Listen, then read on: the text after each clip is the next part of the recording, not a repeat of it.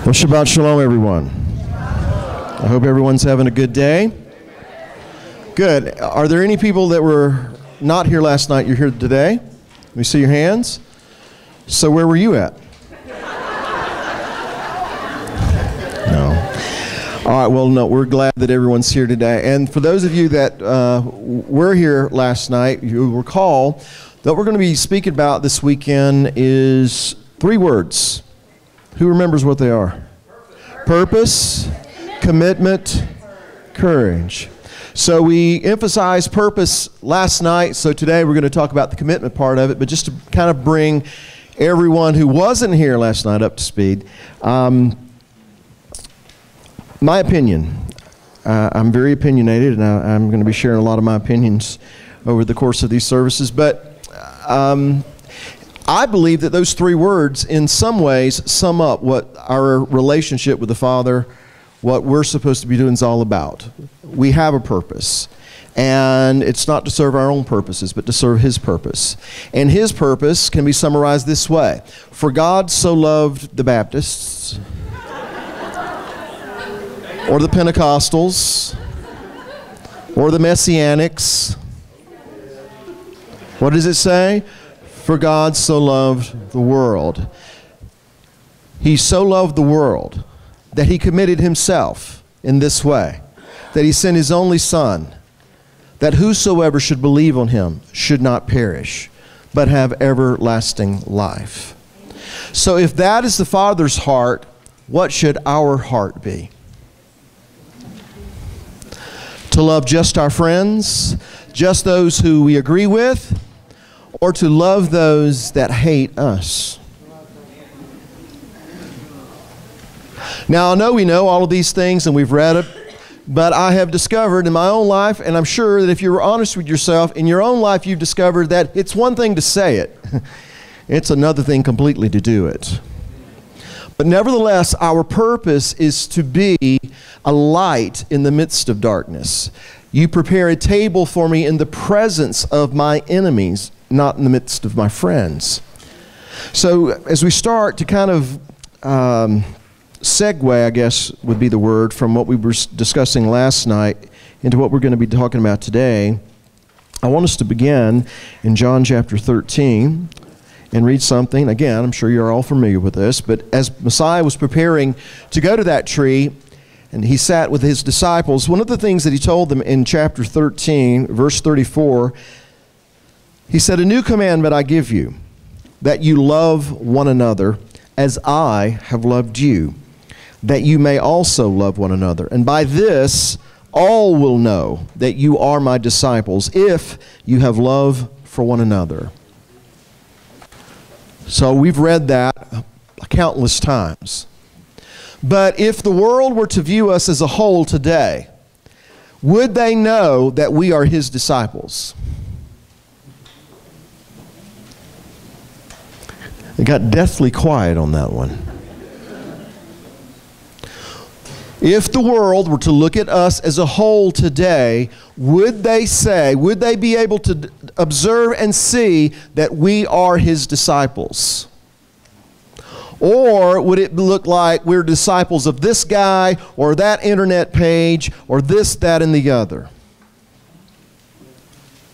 Because they know that we belong to Him and that we follow Him if we love one another.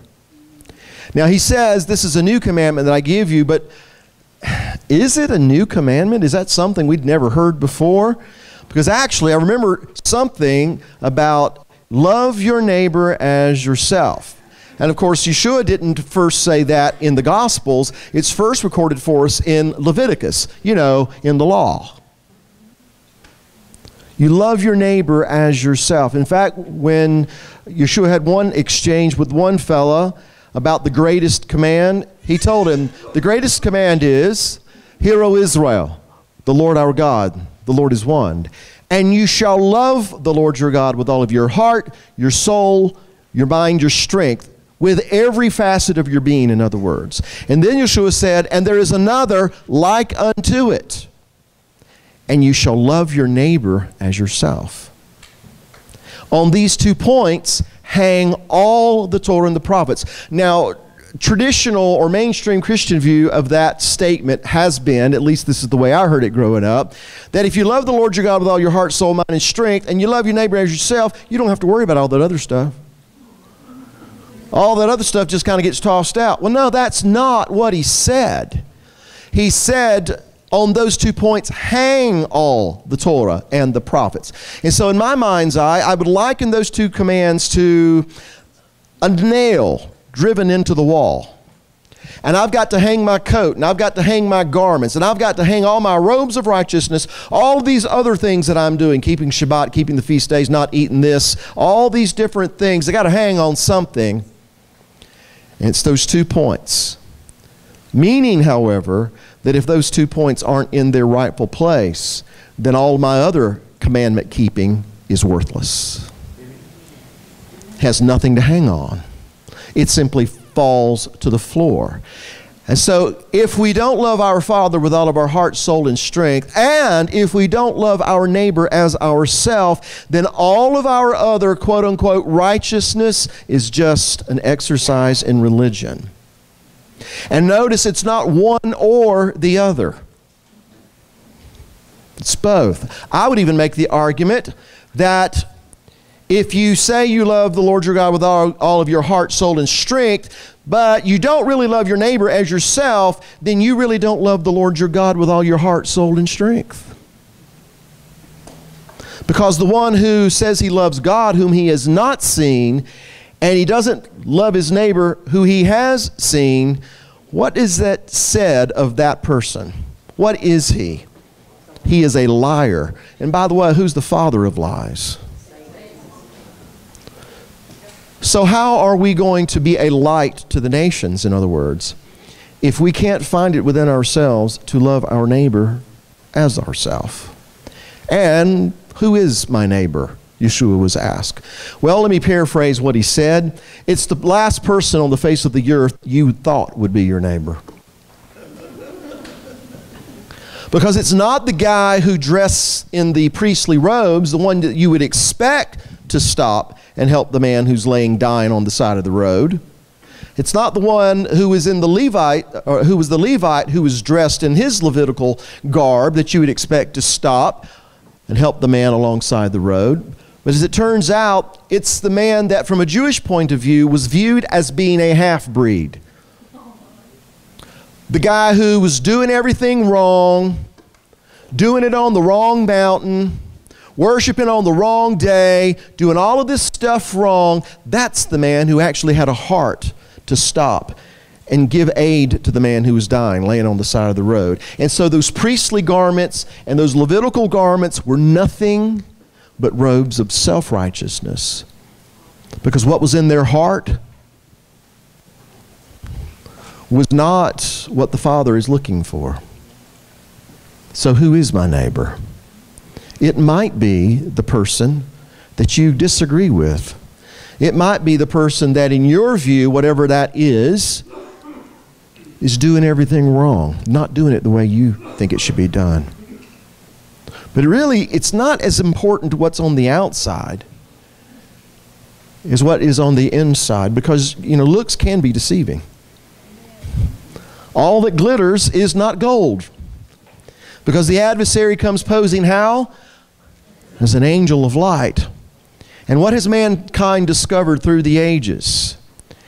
That we're easily deceived by things that look good, that things that look godly. So then, that's kind of summarizing, even though we didn't talk about those specifics last night, what our purpose is. Our purpose is to be a light to the nations, not a blight to the nations.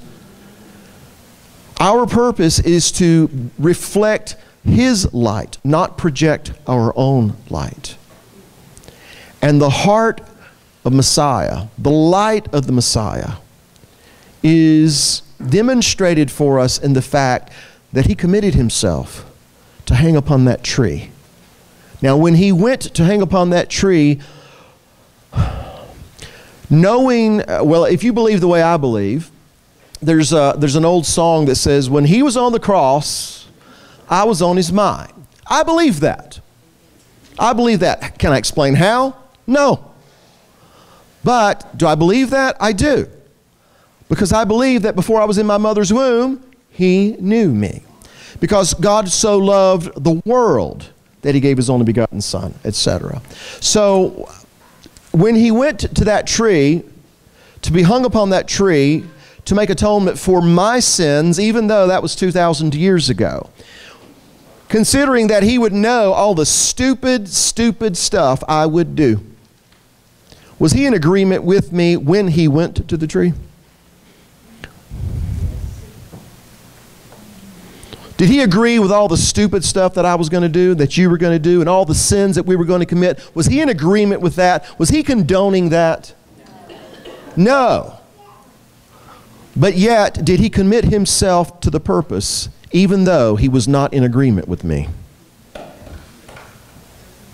You see, ladies and gentlemen, it's not just important to profess the Messiah. It's not just important to keep the Messiah's commandments. But I suggest to you, I would argue with you, that it's important to do them the way He did them.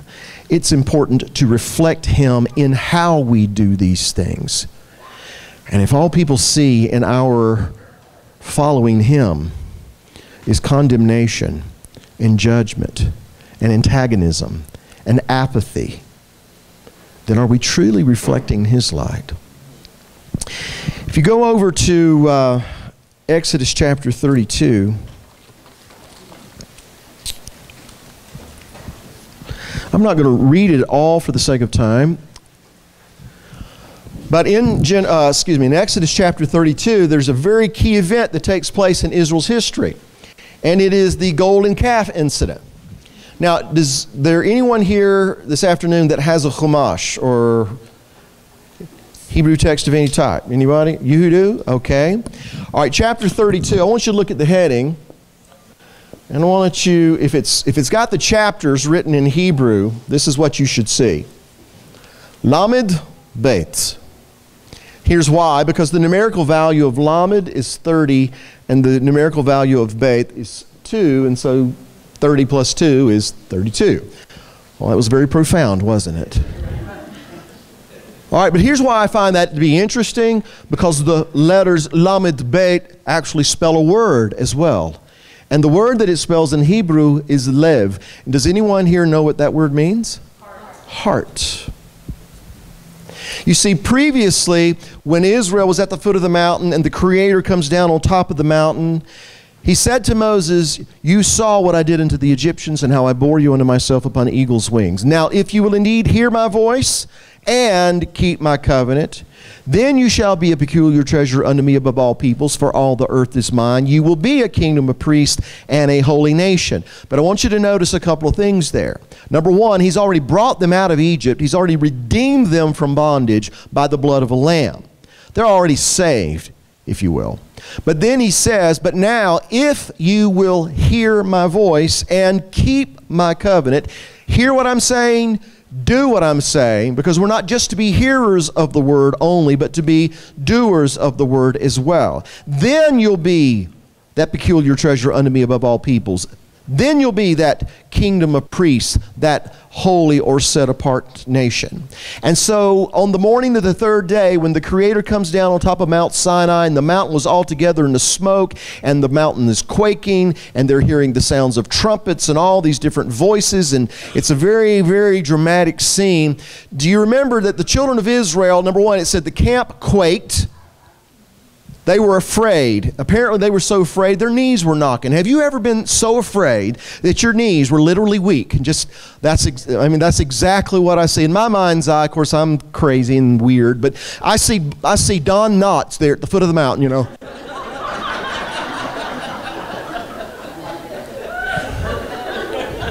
Trying to act all cool and everything, and, you know, doing all this kind of stuff. All right, that's just me.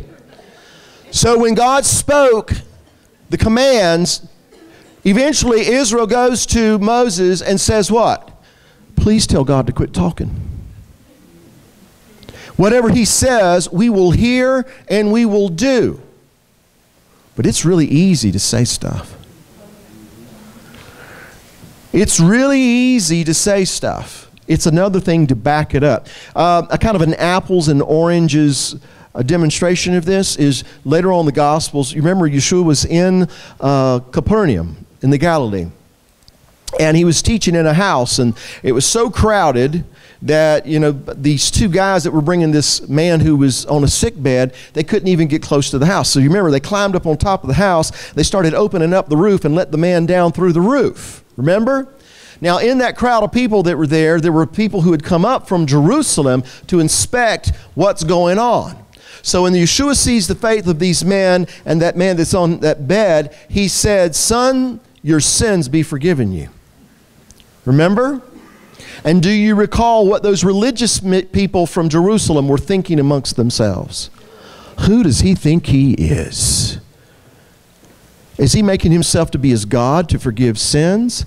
And the Messiah, he knew their thoughts. He perceived their thoughts. And then he said this. So what's easier for me to do? Your sins be forgiven you, or take up your bed and walk? What's the easier one to do? No. Say, your sins be forgiven you. That's the easier thing to do, because anybody can say things. But if you say, take up your bed and walk, he better take up his bed and walk. Do you understand what I'm saying? So it's really easy to say things. Oh, by the way, he went on to say, and just to prove to you that the Son of Man has been given the authority to forgive sins, take up your bed and walk. And he got up and he walked. All right? So, but my point is, it's really easy to say stuff. And we do it all the time. And we usually do it when we're in the midst of a crisis. We usually do it when we're troubled or we're afraid or what have you, don't we? And at that point in time, we really, really mean it. But then the crisis passes, or the emotions subside, and then we start getting in situations that kind of demonstrate that maybe we meant it at that moment, but we didn't mean it for every moment. We meant it for right then. But what do you think is the emotion that prompted Israel to say, everything the Lord says we will hear and we will do? What do you think? Look with me quickly over in Deuteronomy. We're going to come back to Exodus 32 in just a second, but I want you to look at something in Deuteronomy.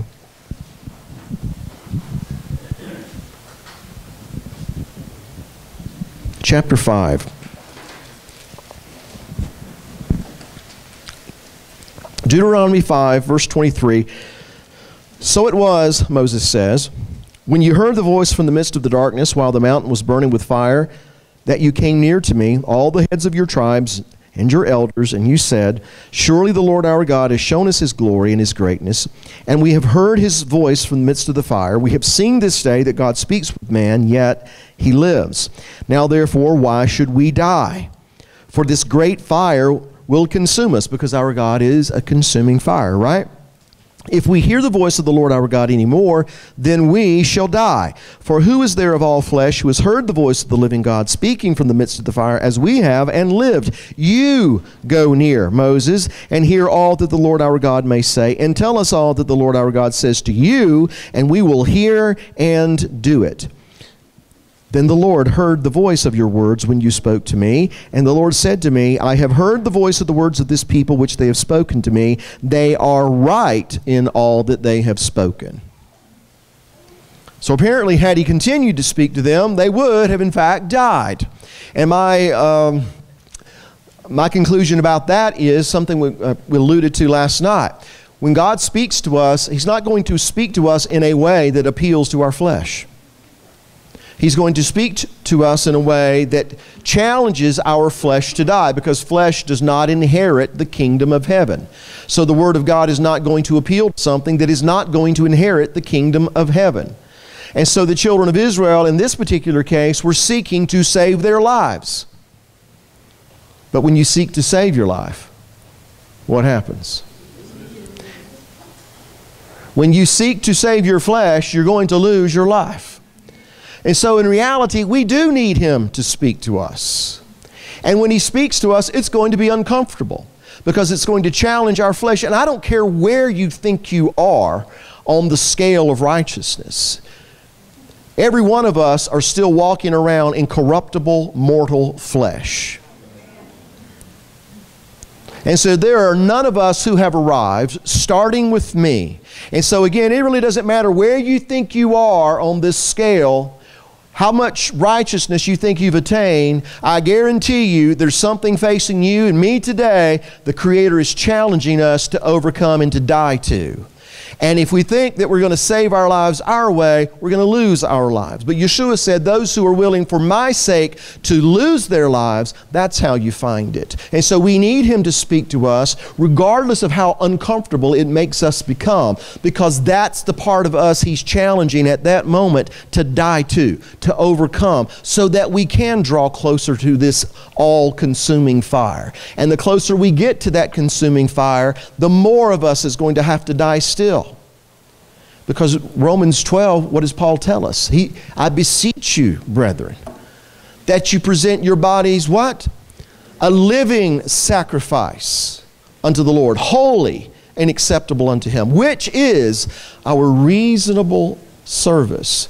In fact, let's read the rest of that. Keep your thumb in Deuteronomy 5 now.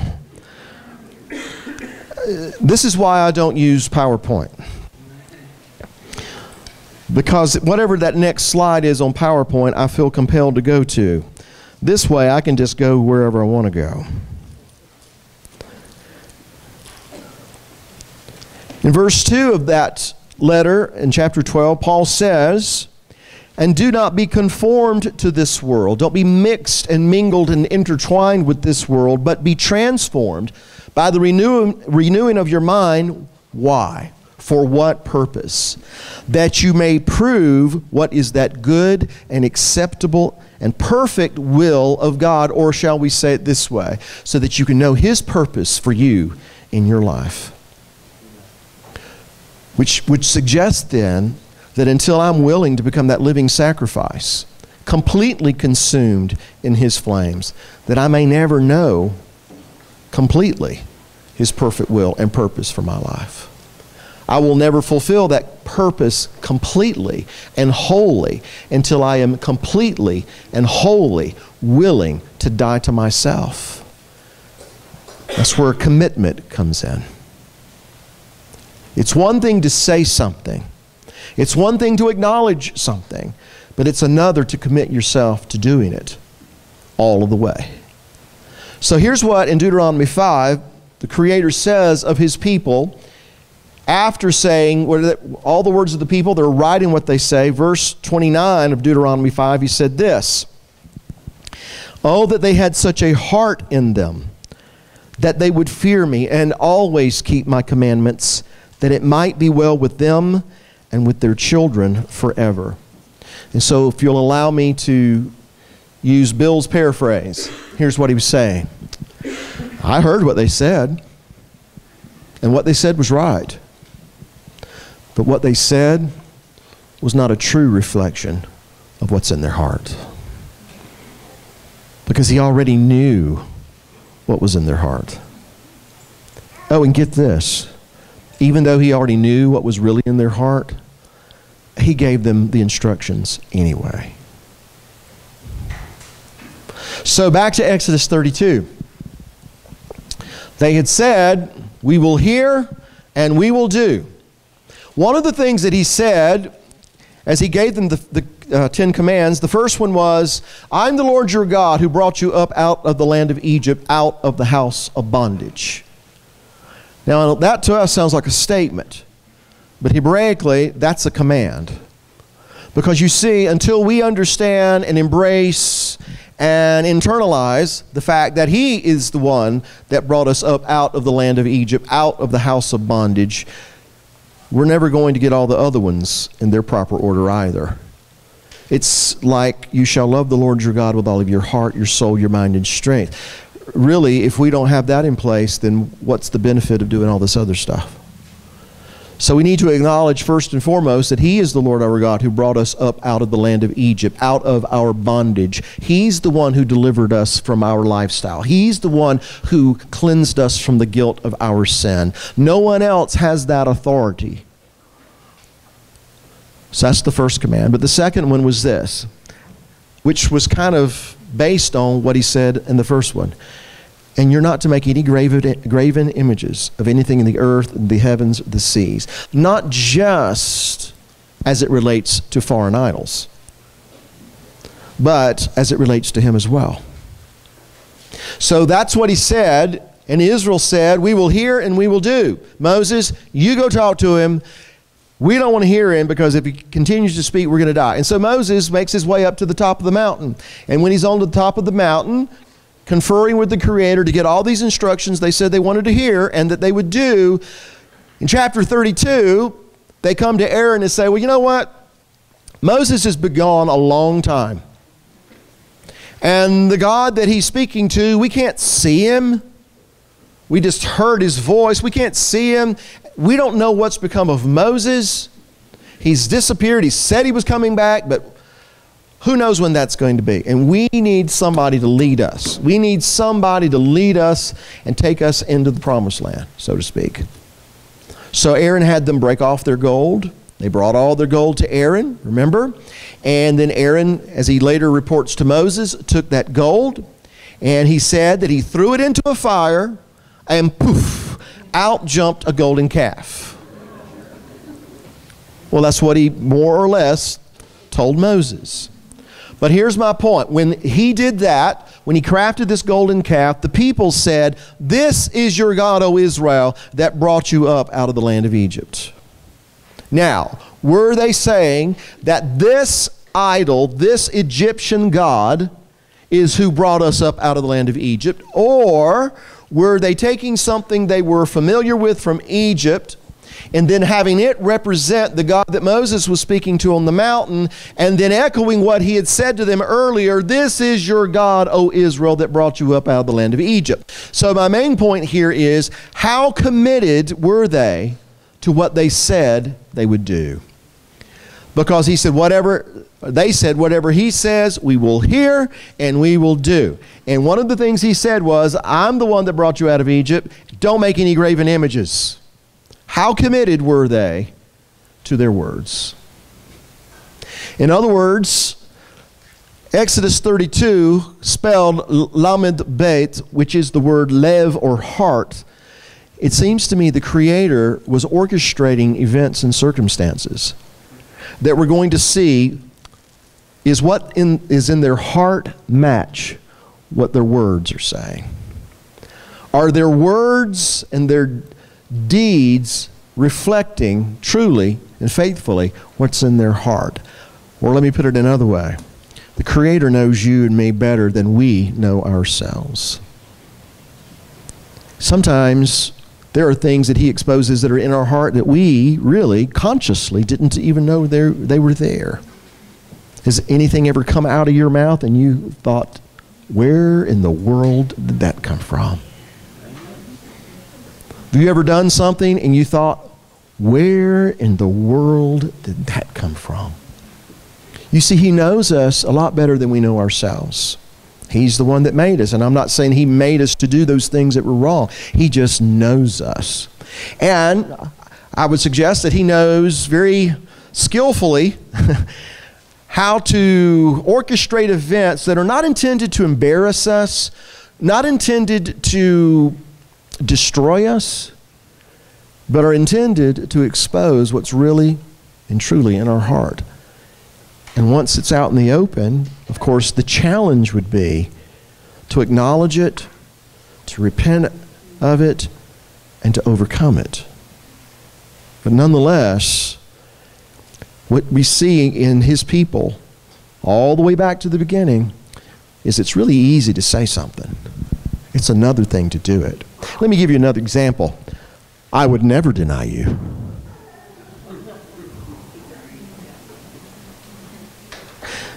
And to that, this is Bill's translation. Messiah said, Peter, Peter, Peter.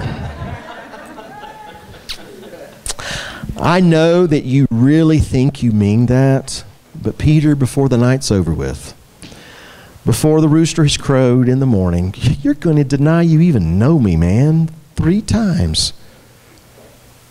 Oh, no, not me. I would never do that. It's really easy to say stuff. It's another thing to do it. The Creator knows our heart.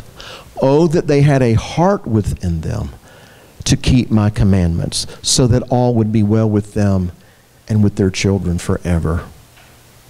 And remember, one of those commands, in fact, one of the primary commands, is likened to the greater command of loving the Lord your God with all your heart, soul, mind, and strength. And that is what?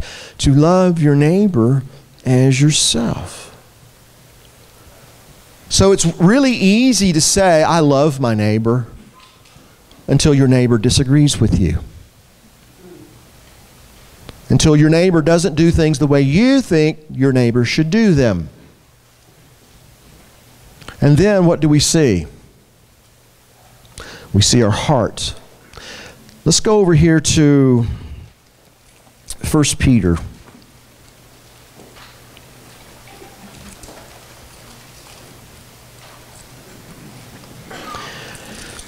Just look quickly at chapter 1, verse 1, and then we're going to go over to chapter 2. But in 1 Peter 1, I just wanted to read this to give this context. Peter, an apostle of Yeshua the Messiah, to the pilgrims of the dispersion in Pontus, Galatia, Cappadocia, Asia, and Bithynia. Who's he writing to?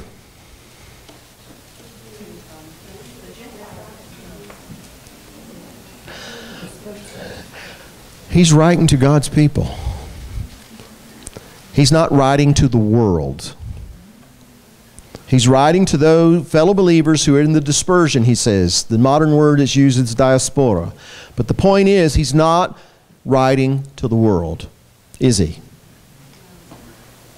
Do we agree?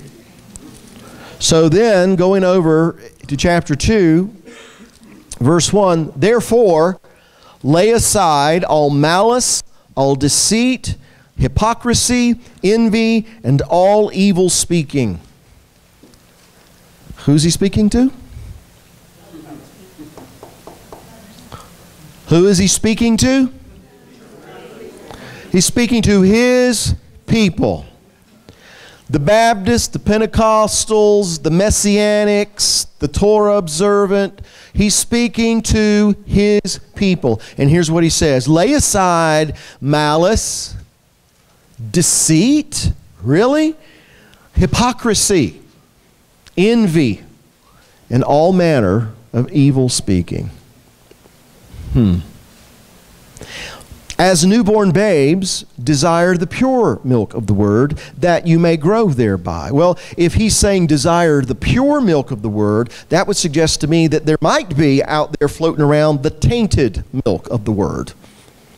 And what might it be tainted with? Here's my guess: malice, deceit, envy, hypocrisy, and all manner of evil speaking. Let's put it this way. I hope you are not uncomfortable with this, but here we go. There are people out there, ladies and gentlemen, they very cleverly, very skillfully, and yet very subtly will present the word, but laced with that will be envy, hypocrisy, contempt, malice, evil speaking. It's one thing to acknowledge something that is wrong, especially when we can back it up with this. But it's another thing entirely, ladies and gentlemen, to try to build yourself up while tearing someone else down. You think that happens in the body? Oh yeah, it happens. And even those that are reconnecting with the roots of our faith, it happens there. That means then it's not a Jewish problem, it's not a Catholic problem, it's not a Pentecostal problem, it's not a Christian problem, not a Messianic problem, it's a people problem. Because again, every one of us are still walking around in this corruptible, mortal flesh that must be crucified every day. Not every other day, not every 7 days, but every day. Because if we don't crucify this flesh every day, then by the end of the day, that carnal, fleshly desire, that inclination, and by the way, again, it doesn't always have to manifest in sex, drugs, and rock and roll. The men that Yeshua typically engaged in conversation whereby he would say, "You brood of vipers. You're a bunch of whitewashed sepulchres full of dead men's bones. Hypocrites." That group of people. How many of those guys you think wore tzitzit?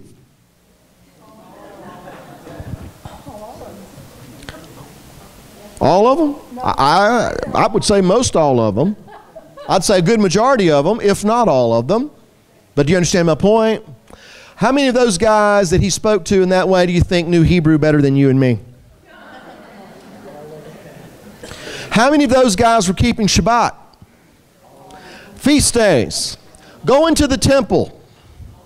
So in other words, all those things don't necessarily mean that you're committed to God's purposes.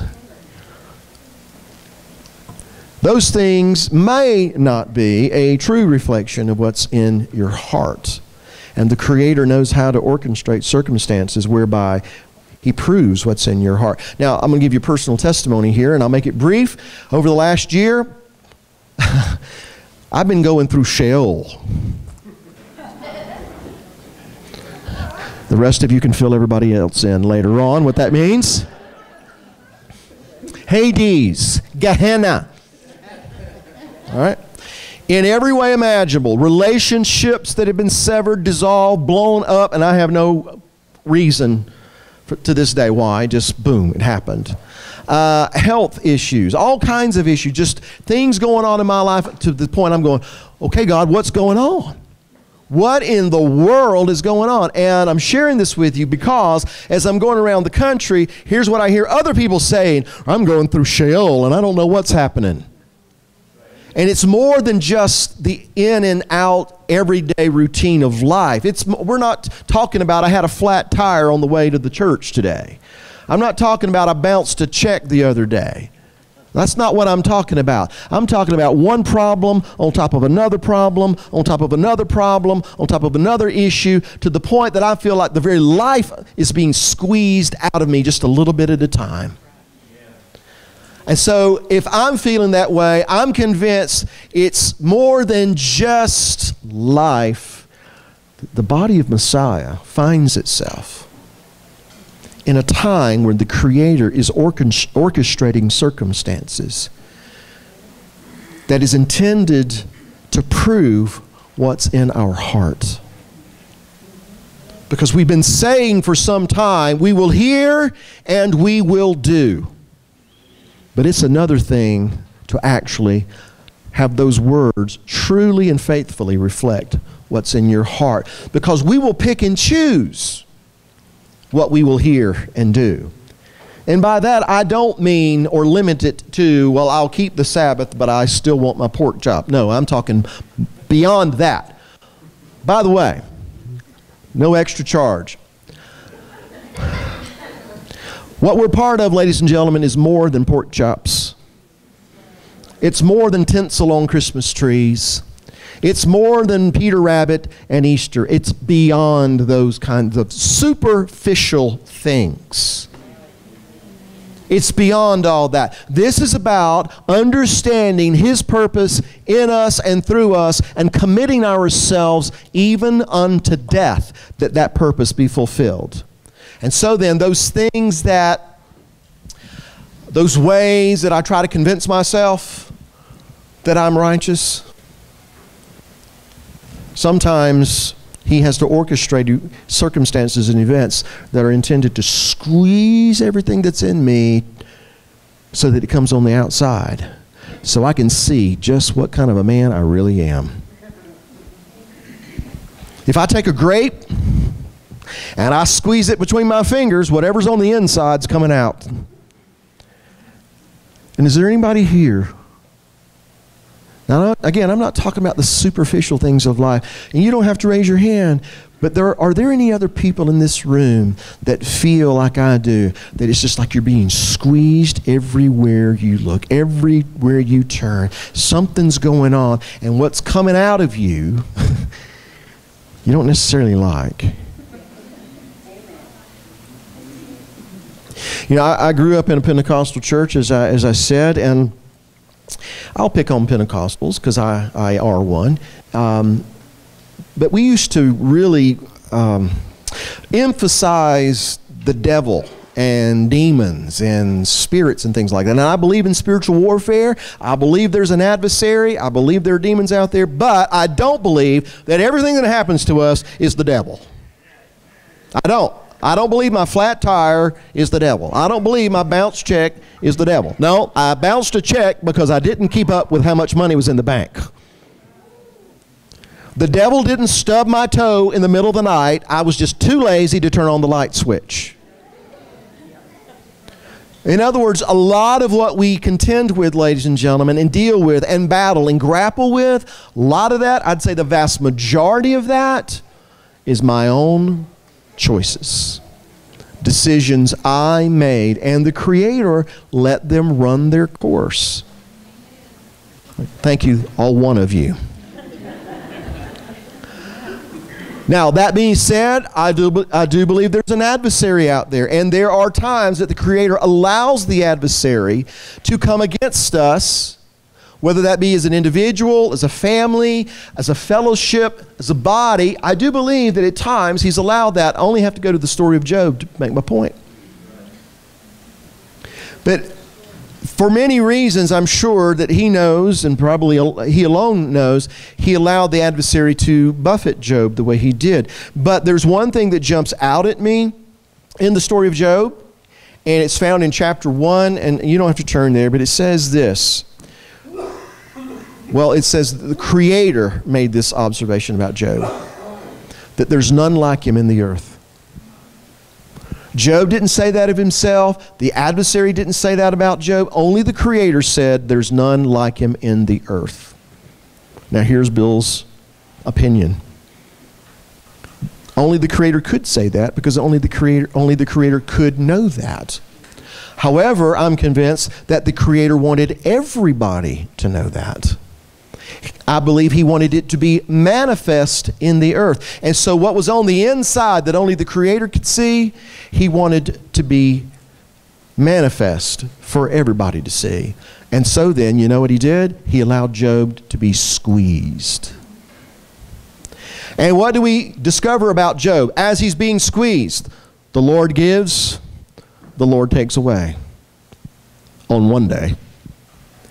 And on the other day, I curse the day that I was born. Why was I ever born, God? Why did you let me be born?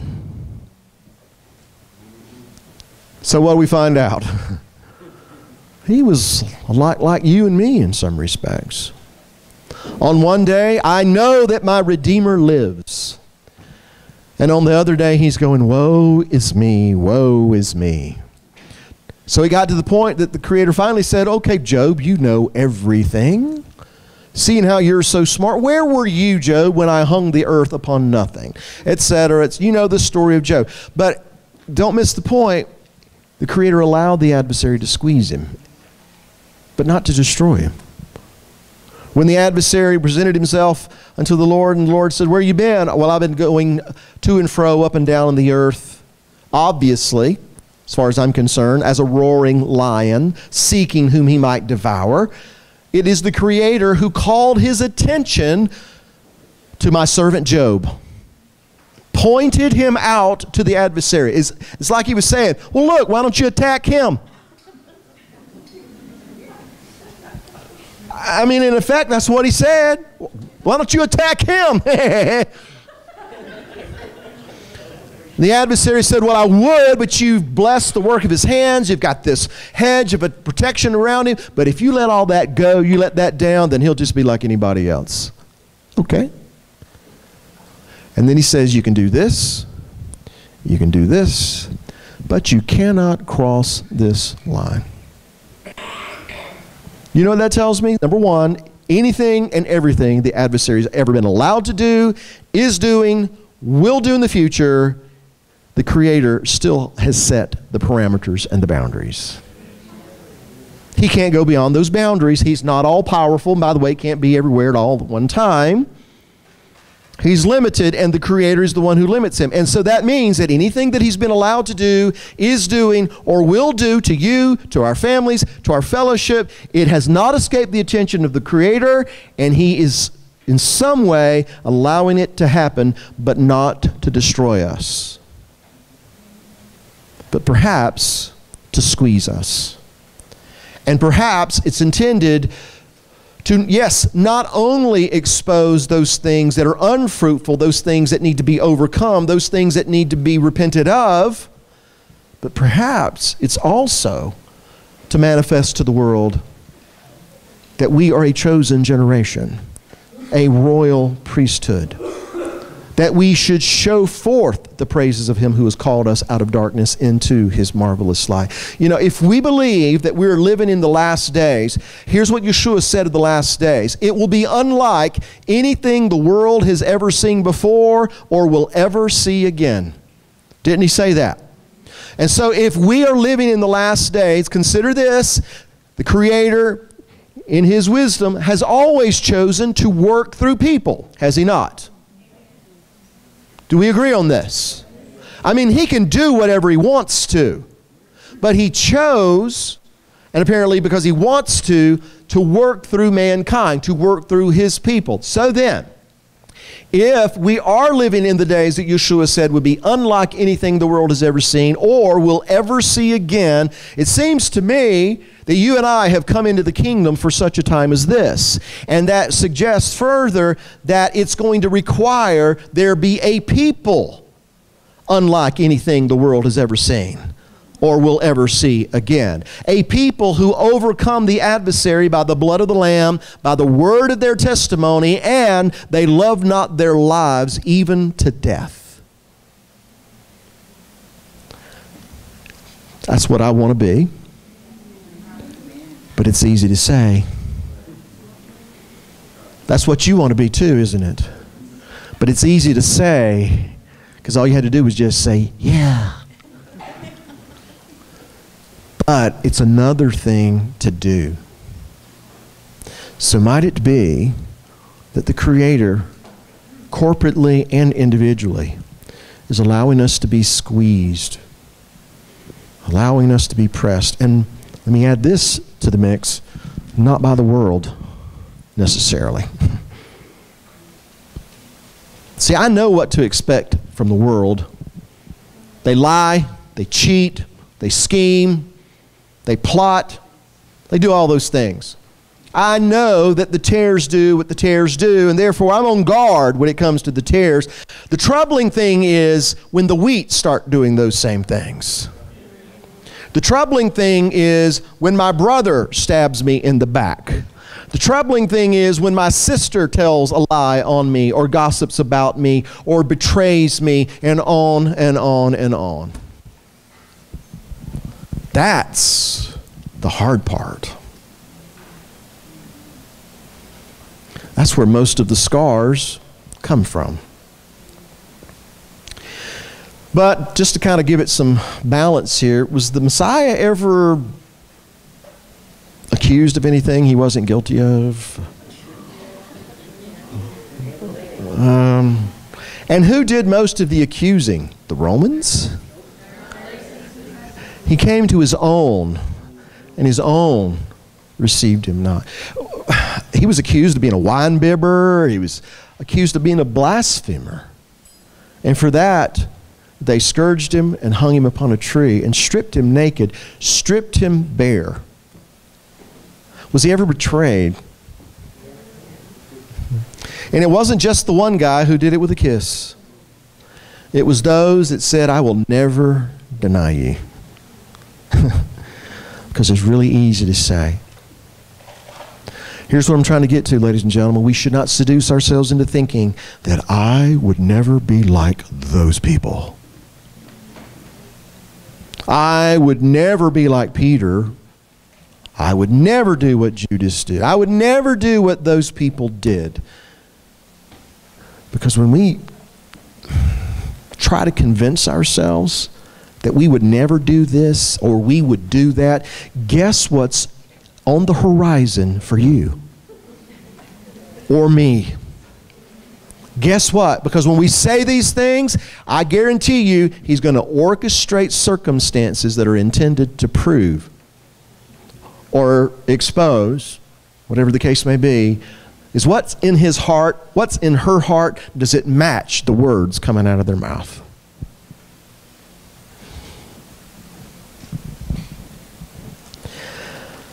Okay, now that everyone's feeling so jovial and uplifted, let's go back to Exodus for a minute here.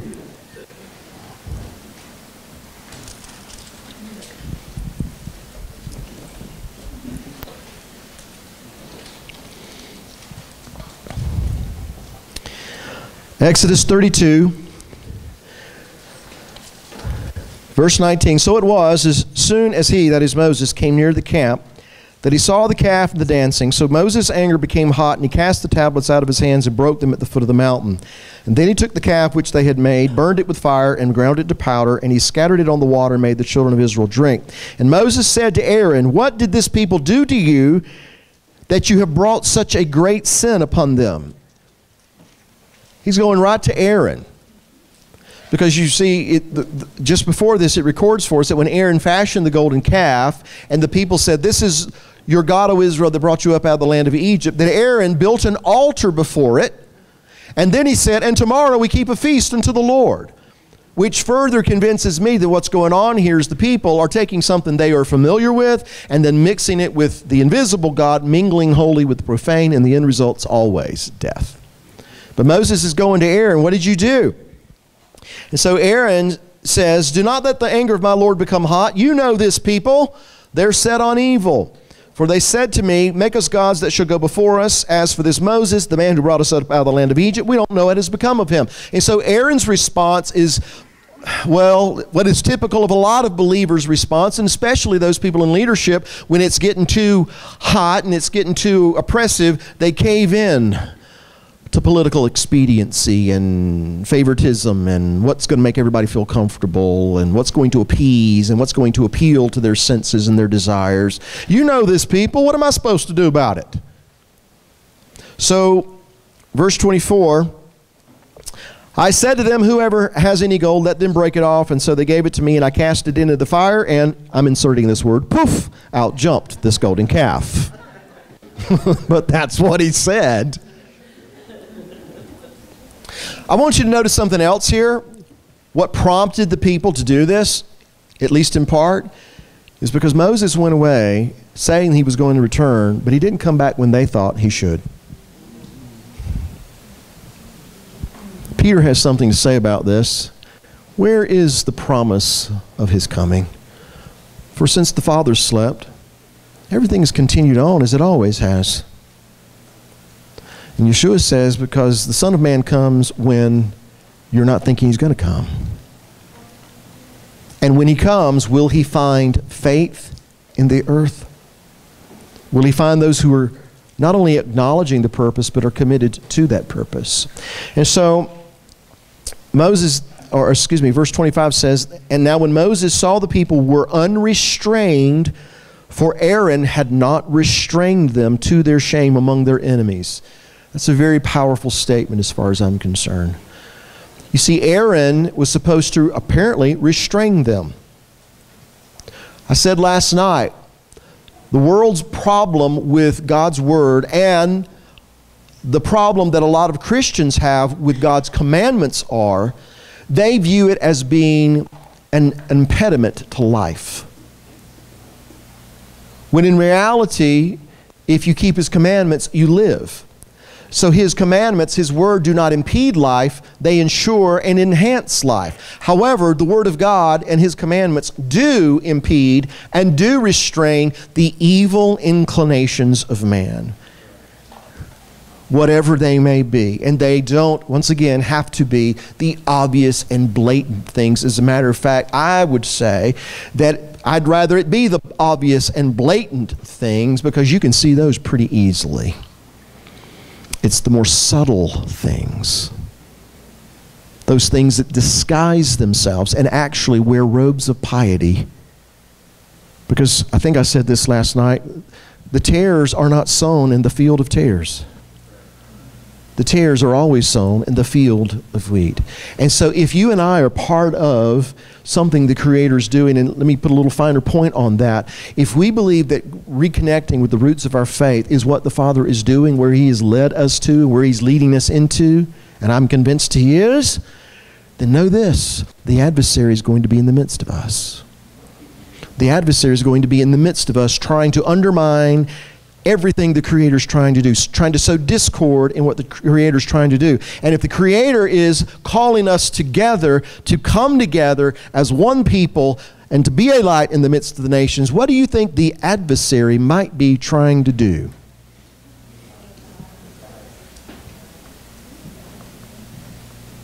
In 1 Corinthians, I believe it's chapter 2 or 3, it's one of those. I'm going to paraphrase what Paul said. He said, I came to you and I fed you with milk. And I can't feed you meat because you're acting like babies. And here's how I know you're acting like babies: because where there is envy, strife, and division among you, are you not acting like carnal men? And so, envy, strife, and division among you is indicative of immature, carnal men. And he wasn't speaking to the world when he said it. And so when we look at the body at large today, do we see mature, spiritually minded men and women, or do we see immature children who are acting out of carnal and temporal motivation? And I don't care what flavor it is, mainstream, messy, I don't care. It's not a mainstream problem. It's not a messianic problem. It's a people problem. And so we get so focused on, if I'm doing this, check that off my list, do this, check that off my list, do this, check that off my list, then I must be righteous. Well, again, I believe, I'm convinced the Creator is orchestrating things right now that are squeezing us, and it's going to see if what's in our heart matches what's coming out of our mouth. Here's what we find here, that even some of the best among Israel, Aaron, caved into the pressure.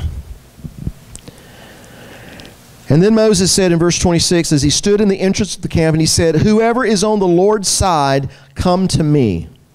And all the sons of Levi gathered themselves together to him. Now here's something I find very interesting. You spell Levi, Lamed, Vav, Yud. If you want to say Levi, but it's Levi. If I put a Yud on the end of that word, you know what it would be? Levi. This word means my heart. This word is the tribe that responded to Moses when he said, "Those who are on the Lord's side, let him come to me." So here's what I'm getting at. Phonetically speaking, these two words are identical, which would suggest that thematically they are related as well. Because you see, the Creator wants those who are going to draw close to His heart. Now, in the tabernacle or the temple, you've got the courtyard, you've got the holy place, and then you've got the most holy place, right? Or the Holy of Holies, right? Courtyard, holy place, most holy place. In the courtyard is where we have the altar, where we have the laver. In the holy place is where we have the altar of incense, you have the menorah, you have the table of shewbread, and then within the Holy of Holies, or the most holy place, you have the Ark of the Covenant. Now, where exactly did the Creator reside? Where specifically did His presence rest? In the Holy of Holies, he spoke to Moses from between the cheruvim upon the kaporet, or the mercy seat of the Ark of the Covenant. The Ark of the Covenant was, in essence, God's throne upon earth. That's where his presence resided. But when his presence was there in the most holy place, that sanctified those things that were in the holy place and those things that were in the courtyard. All right, everybody still with me? But his presence is in the most holy place. And how many of us want to draw near to him? How many of us want to be in his presence? See a lot of heads nodding.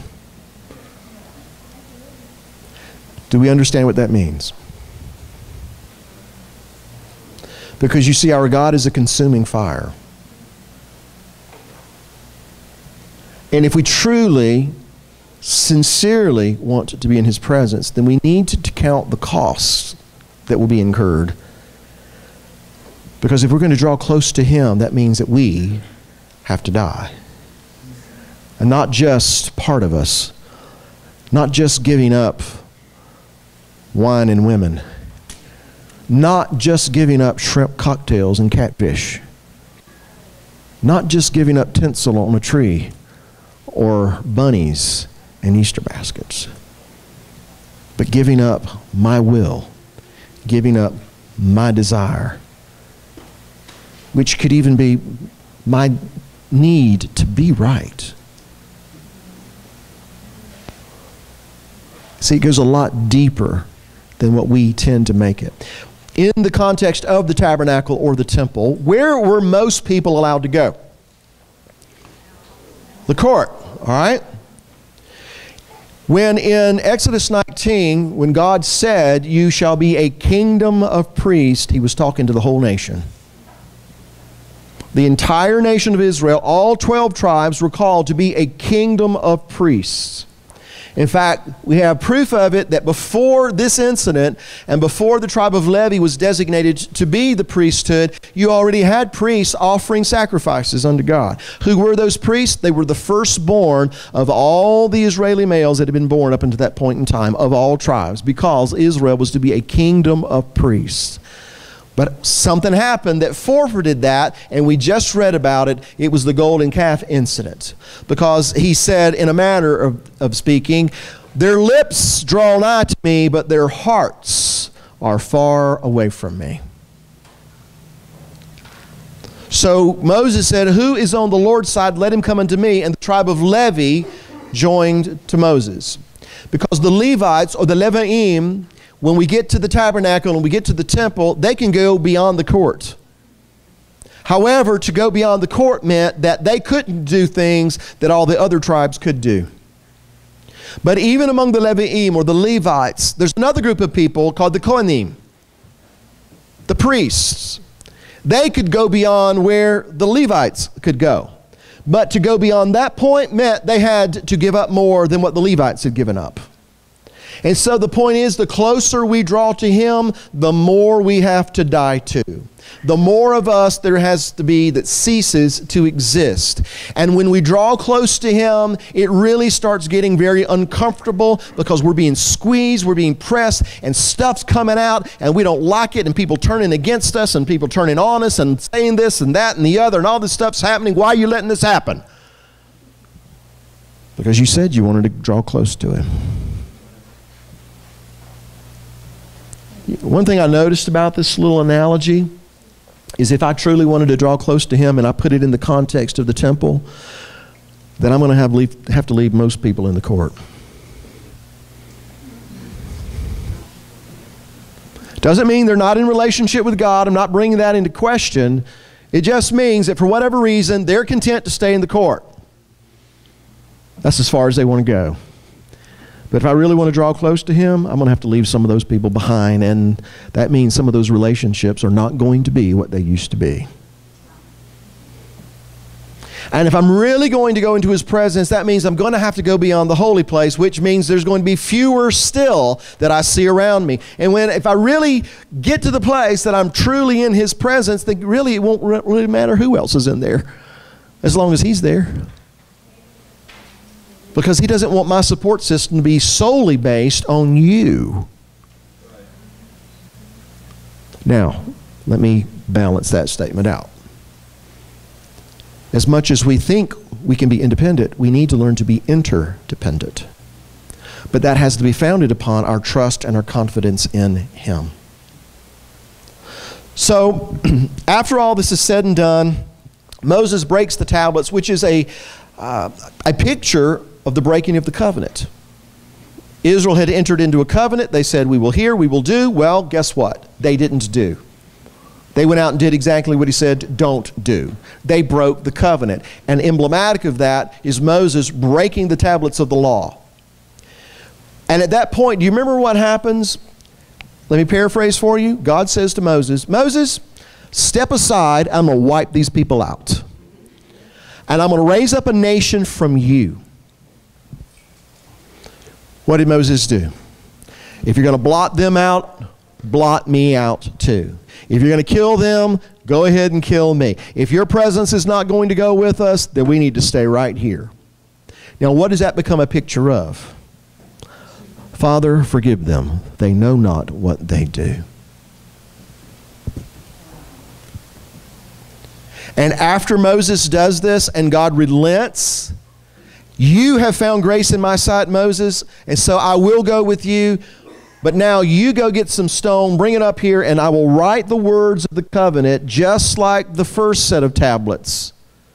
And then you'll bring it to the people. You see, the words on the second set of tablets was identical to the words that were on the first set. Even though that covenant had been broken, guess what? God renewed it. He didn't write a new one. He renewed the one that He had first given to them, even though they had broken it. But why did He renew the covenant? Because there was one who was willing to stand in the gap and say, if you're going to kill them, kill me too. If I have found grace in your sight, then forgive them of their sins and don't hold it against them. You see, Yeshua didn't come to start a new religion. He came to renew the covenant that the Creator had made from the beginning. From the foundation of the world, the Lamb is slain, right? But I also want you to consider this. Well, first of all, do we believe that the Creator is sovereign?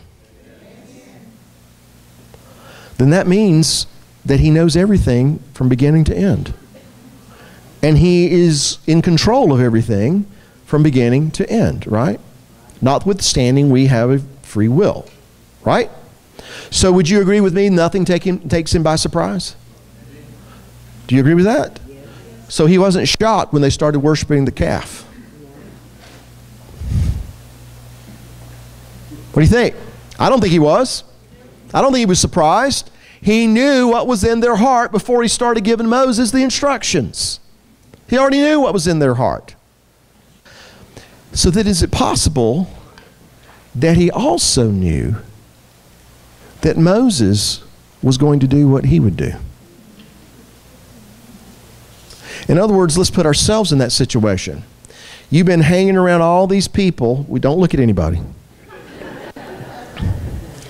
Been rubbing you the wrong way, getting on your nerves, driving you crazy, doing things, that and the other, just giving you a hard time. All of a sudden, they really mess up, and God speaks to you and says, step aside, I'll wipe them out, and I'll raise up a nation from you. Come on. You know you've thought it.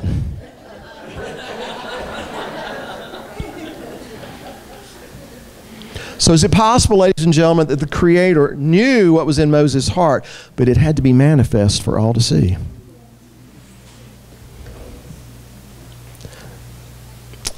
How many of you, and this is a silly question, but it's to make a point. How many of you have gone through a testing? Okay, so we all know, yeah, this lady's raising both hands, getting the leg up there, you know. All right, yeah, we've all gone through testing. But how many of you know that you've gone through being proved? Let me explain what I mean. When we were in school, our teacher would teach us things, math, history, what have you, and then she would assign a day to take a test. And what was the purpose of the test? To determine what we knew, but as importantly, what we didn't know. And so after we take the test, She would assess what we have learned, what we need to focus on, and we too would know what we had retained and the things that we had not. Everybody with me? So when we've gone through tests, what have we learned? There are some things that, they clicked, some things we got, some things we still aren't getting. And so the things that we don't get, guess what happens? We get to take another test. And oh, by the way, just a sidebar to this, when you're in the middle taking the test, it was a biology exam or something, you got to number 7, you don't know what the answer is. How many times did you raise your hand and say, teacher, can you give me the answer to number 7? I'm stumped. No. Why? Because the teacher doesn't speak during the test. Why are you doing this to me? Crickets chirping. No response. Has that ever happened to you? You know why now, don't you? The teacher doesn't speak during the test. The teacher wants to know, or wants you to know, maybe more importantly, what you have retained and what you need to work on. But now, there's a distinction in that, I believe, between that and being proven. And here's the example I'll use to make this point. When I was in high school, I played football, and believe it or not, I was on the line. Because what I lacked in size, I made up for in speed. So one day the coach came to me and he says, I want you to play defense too, and I want you to play a particular position. And I thought, I can't do that. I don't have the size to do that.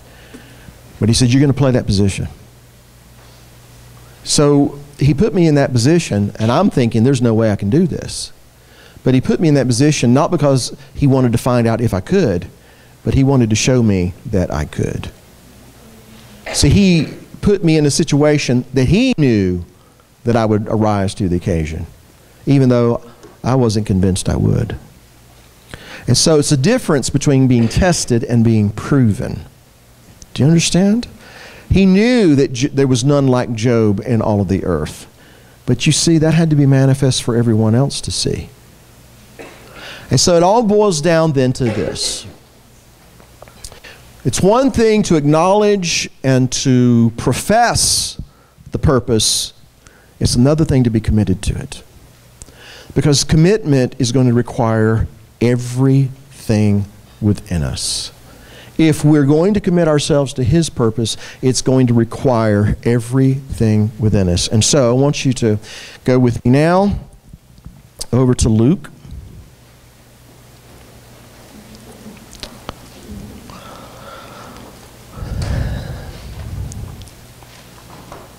Chapter 9.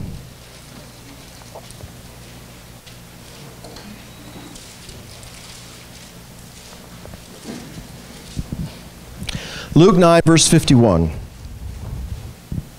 Now it came to pass, when the time had come for him to be received up, that he steadfastly set his face to go to Jerusalem. Let me give you Bill's translation. When it came time for him to fulfill the purpose for which he had been sent, he focused on what it was he had to do. Isaiah puts it this way, I have set my face like a flint. He steadfastly set his face to go up to Jerusalem. Now, see this. Depending on who you talk to and who you read and study and believe, Yeshua, his ministry upon the earth was anywhere from 70 weeks to 3.5 years. We believe that he was on the earth 30 to 33 years, something like that. And while I believe every day that he spent upon this earth, and specifically those days that he spent upon the earth ministering, are very, very vital and important, in the end, that was all preparation for his purpose. Because his purpose, even though he was on the earth for 30 plus years, and even though he was ministering for perhaps as much as 3.5 years, his purpose was accomplished in 3 days. Right? His purpose was accomplished in 3 days. Meaning that as important as raising the son of the widow of Nain from the dead, or raising Lazarus from the dead, or multiplying the fishes and loaves, and teaching all the things he taught, as important as those things were, if he were not to go to the tree and be crucified, and not buried in the tomb, and not resurrected from that tomb, where would that leave you and me? Paul says, yet in our sin. And so all of those other things would not be nearly as important if it was not for the death, the burial, and the resurrection. And so the preparation for all that was good, but it would have been pointless if the purpose had not been attained. And for the purpose to be attained, he had to be committed to that purpose, to the death. Right? And so he steadfastly set his face to go up to Jerusalem. Now look at what happened. He sent messengers before his face, and as they went, they entered a village of the Samaritans to prepare for him. But they did not receive him because his face was set for the journey to Jerusalem. And so, in other words, these particular Samaritans apparently were offended that he was going to go on up to Jerusalem. And so for that reason, they said, no, we don't want you. And so here's what some of Yeshua's disciples did at that point. James and John saw and said, Lord, do you want us to command fire to come down and consume them, as Elijah did?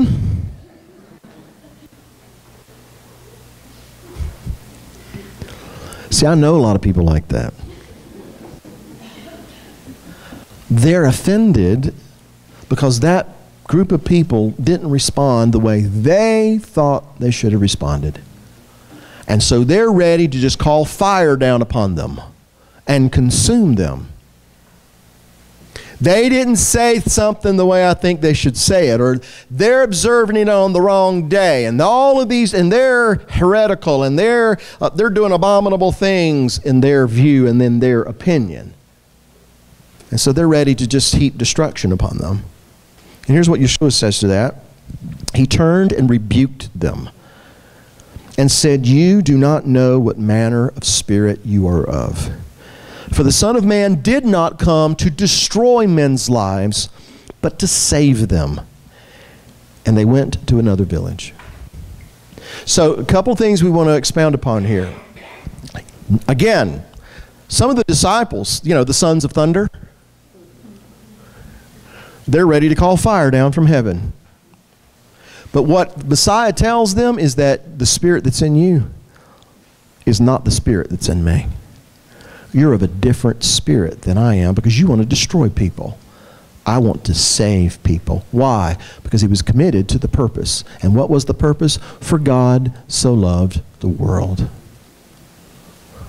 That's the purpose, and that demonstrates his commitment to the purpose. And what is exposed in this situation is what was in the hearts of those that said, we will follow you.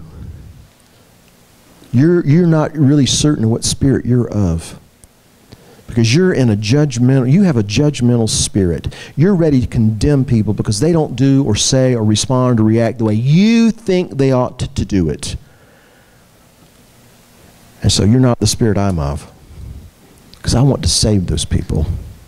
And quite frankly, had he been distracted by this little development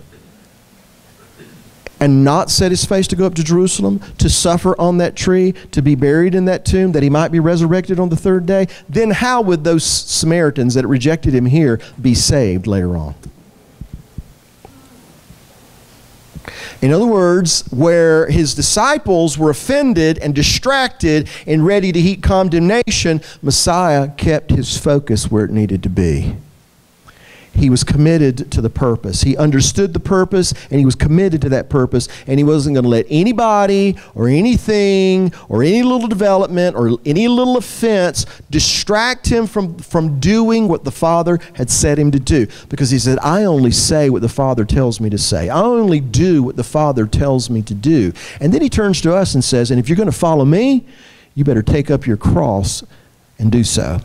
And to take up your cross or your tree or your execution stake or whatever word sets well with you, it all boils down to this. If you're going to follow me, you're going to have to die to you. If you're going to follow me, then you're going to have to get over being petty and being carnal and being offended all the time, and you're just going to have to set your face for your Jerusalem. Because if we're going to follow Him, that is what awaits us. Father, not my will, but your will be done.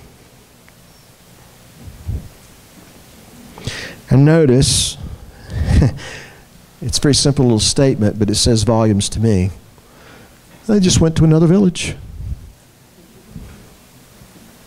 He didn't get all freaked out about what these people over here weren't doing that they should be doing.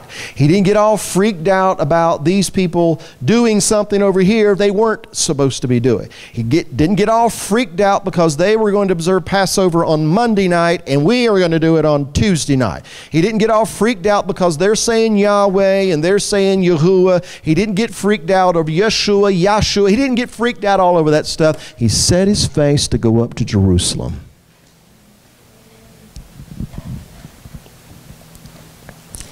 Then it says, it happened as they journeyed on the road that someone said to him, Lord, I will follow you wherever you go. Bill's translation. Really? Do you really know what you're saying? Because it's really easy to say stuff, and I know you think you really mean it, but let me tell you something.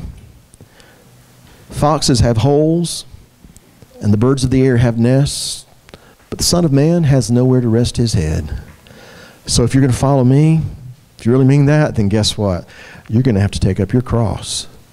You're going to have to be willing to die to yourself.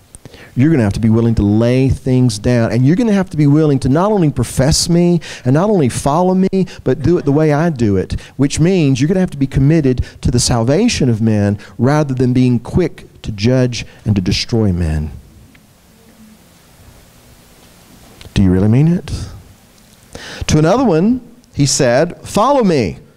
But he said, Lord, let me first go and bury my father. And Yeshua said to him, let the dead bury their own dead, but you go and preach the kingdom of God. That tells me that even the best of us will always come up with some excuse as to why we can't do this. As to why we feel very comfortable here in the court, why do you want me to come into the holy place? We can always come up with something. We can always come up with an excuse to justify our position with other believers. Now, mind you, there are some instances that are spelled out for us in Scripture that are worthy of us saying, I'm putting my line in the sand, and I can't walk with you in this regard. Now, for me, that line in the sand is Messiah and Him crucified. You start getting into all this stuff, and I know that this group here is probably not exposed to this as much as others are. But when we start going back and embracing the roots of our faith, and we start trying to look at God's commands, inevitably tares are going to be sown in the midst of the wheat. And here's what the tares are going to do. They're going to start bringing everything into question. And eventually they're going to start questioning the validity and the authenticity of the New Testament. And before you know it, they're questioning the central figure of the New Testament.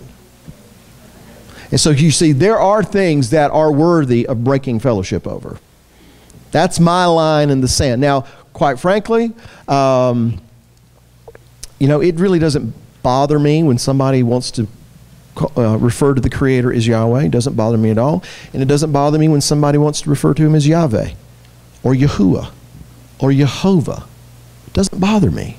Now, my own personal opinion, my position is, I don't think anybody can be 100% certain how you pronounce the name Yud-Heh-Vav-Heh. But I don't get all freaked out by people who think that this pronunciation is correct and that one's correct, as long as those people don't get all freaked out that when I say, I don't know.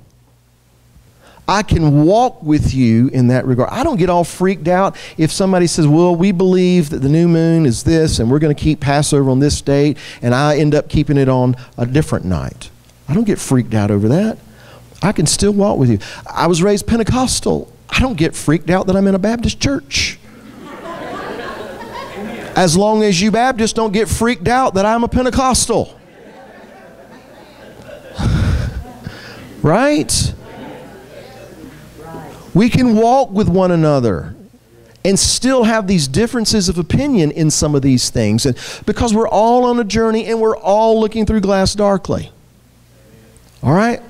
But I just wanted to kind of balance it out by saying there are things that are worthy of breaking fellowship. I can't fellowship with darkness. All right? I don't fellowship with Belial. And sometimes people have to be turned out and given over to the adversary. Why? Not to destroy them, but to save their soul, that their soul might be saved. All right, so just let me make that statement, but then also make this one. That people use these kinds of things to make excuses for their judgmental, combative attitudes of wanting to be right, to build themselves up while tearing someone else down. And so this is how, this is where the adversary likes to work. This is where he does his best work. Not hot and cold, but in the lukewarm realm, where everything kind of gets mixed and mingled together. That's where he likes to operate. That's why tares are always sown in the midst of the wheat. So then, people will always find an excuse for why they don't feel this, or why they feel comfortable in the court, and why they don't feel like they should have to press on and die to themselves more. They're always going to find something to fall back on. Then he goes on and he says, verse 61, another also said, Lord, I will follow you, but let me first go and bid them farewell who are at my house. And Yeshua said to him, no one having put his hand to the plow and looking back is fit for the kingdom of God. And what does that tell me? On a personal level, as much as I've wanted to over the years, as much as I've wanted to this past week, I can't quit. Which means we can't quit. I know we want to. I am convinced that the reason Moses took that rod and struck the rock the second time when he was supposed to speak to it, I'm convinced he did that because he imagined somebody's head on that rock. There was somebody in that camp that their face popped up on that rock, and when he saw it, he just started whacking at them, and he was just like,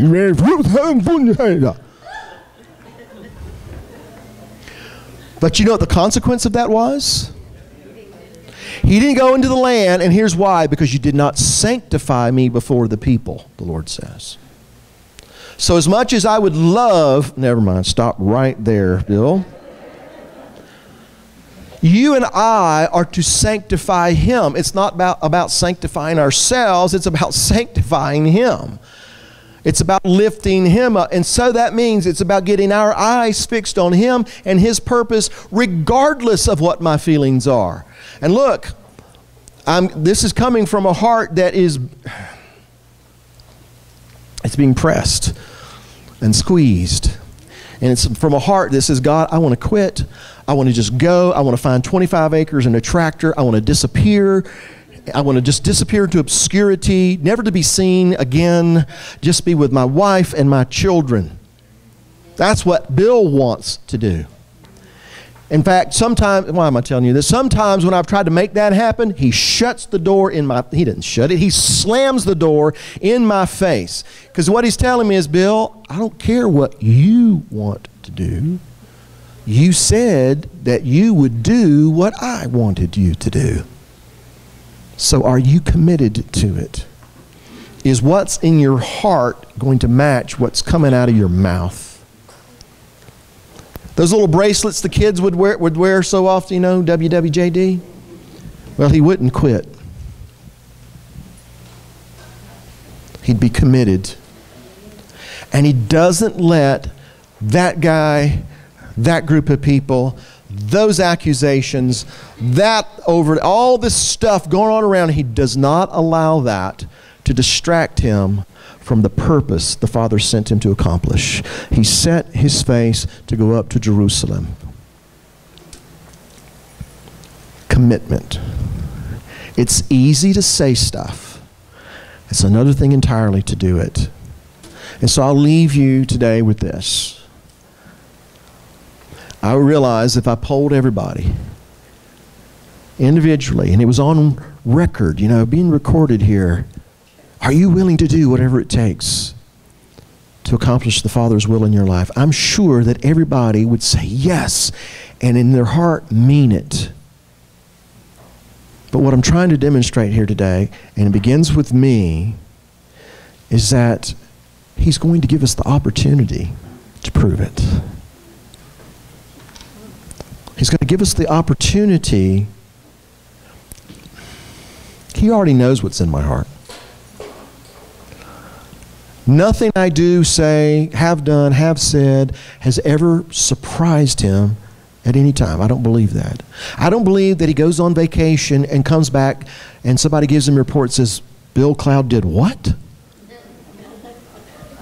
Really? I would have never expected that from Him. Do you believe that? I don't believe that for a second. And so you know what that tells me? It tells me that He, and this goes for you too, whatever, whenever He did it, however He did it, everything that He's deposited in your life, everything that He's done through you and in your life, He did it in full knowledge of the stupid stuff you were going to do after He did that. Same goes for me. I mean, let's put it this way.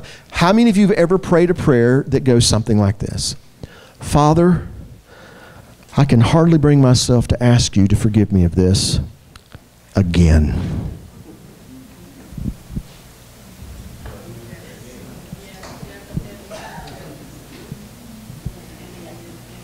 Again. And again.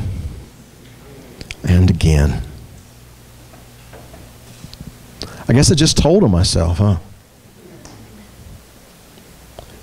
And so there have been many times now, Father, why did you put this in my heart? Why did you entrust this to me? You know me. You know where I came from. You know what I was raised in. You know what I've done. You know what I've thought. Why did you put this in me? There are many times I've said it jokingly, but there's always a little bit of truth in jest. I felt that I must have been standing really close to somebody that He intended to zap with all of this, and they moved real quick, and it hit me, and He went, oops. Well, I guess we're stuck with him. Only to find out that it says that the gifts and calling of God are without repentance. He doesn't take it back just because you and I are not walking in the fullness of it. Because you see, as long as we're breathing, there's always the potential for us to do fully what He's called us to do. It's just really incumbent upon us to commit ourselves to those things unto death. So, again, He did this. He committed Himself to us, knowing who and what we are. And when I start thinking of it in those kinds of, those terms, well, it's beyond my comprehension. It's beyond my ability to fathom and to process it logically, because in a temporal way, it's illogical. Because you see, the way you and I act is we get along with those that get along with us. We like those that like us. We agree with those that agree with us. But it goes against our grain to pray for those who hate us and despitefully use us. It goes against our grain to love our enemies, doesn't it? But if we're going to profess the Messiah, and if we're going to follow the Messiah, who committed Himself to us even when we were in disagreement with Him, then we're going to have to do it the way He does it. It doesn't mean that we compromise. It doesn't mean that we mix holy with profane. I am not suggesting that for a second. But we walk in a way that is a faithful representation of who and what He is. We walk in a way that is not to project our own light, but to be a true reflection of His pure light. And we commit ourselves to that. We're going to have to commit ourselves unto that, even unto death. Because those are the ones that overcome the adversary. It's not the ones who had the testimony of Yeshua the Messiah. It's not the ones who just had the word of their testimony. It's the ones who had the blood of the Messiah, the word of their testimony, and who loved not their lives to the death. Those are the ones that overcame the adversary. And I want to be an overcomer. I don't know that I'm at that point yet. I'd like to say I was, but I know if I say I was, He'd give me the opportunity to prove it. And so I'm going to be content to allow Him to do things the way He wants to do them and in His time. You know, I said I was going to leave you with that, but may I share one last thing with you? I was going to do it anyway. I just thought I would ask.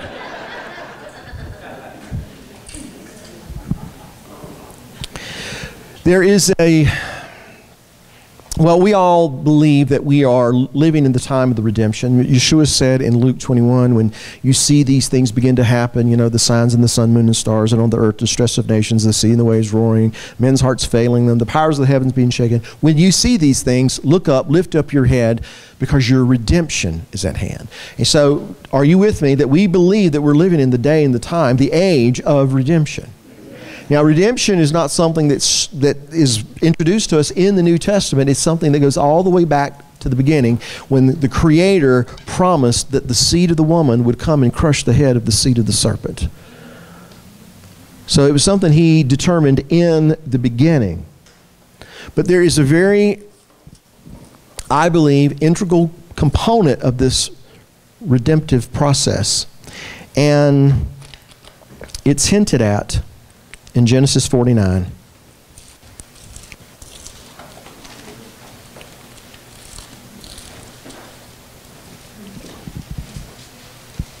When it says in verse 1, "And Jacob called his sons and said, Gather together, that I may tell you what shall befall you in the last days. Assemble yourselves and hear, you sons of Jacob, and listen to Israel your father." So what does that have to do with the time of redemption? There are two key phrases there. Do you know what they are?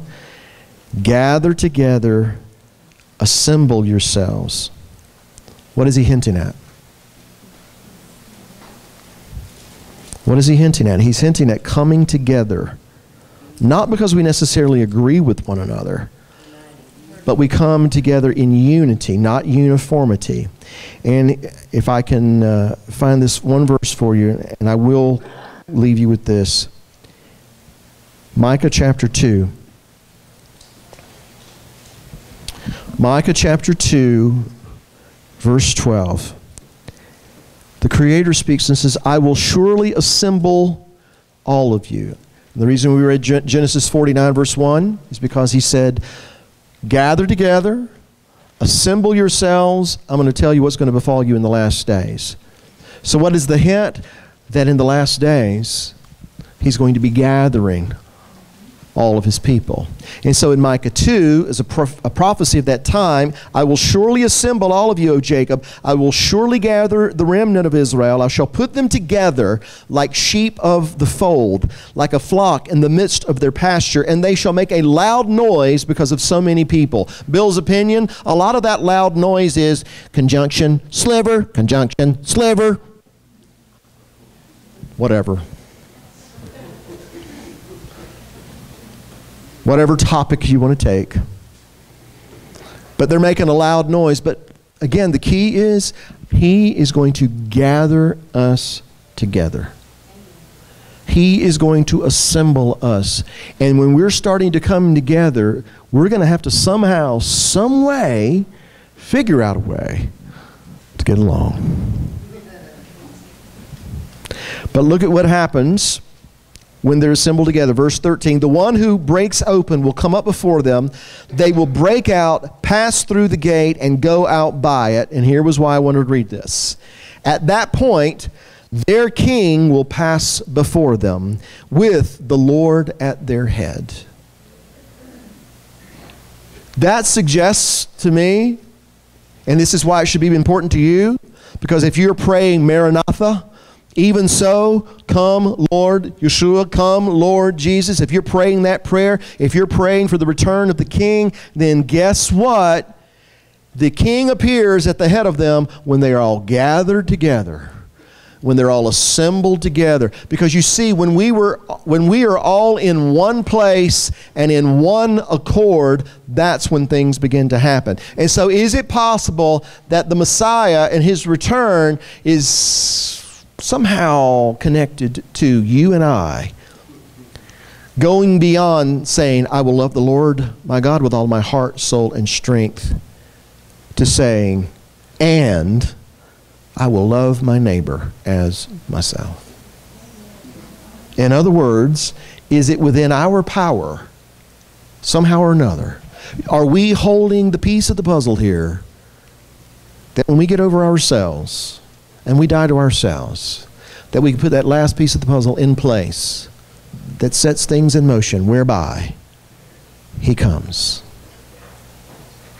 I'll leave you with that.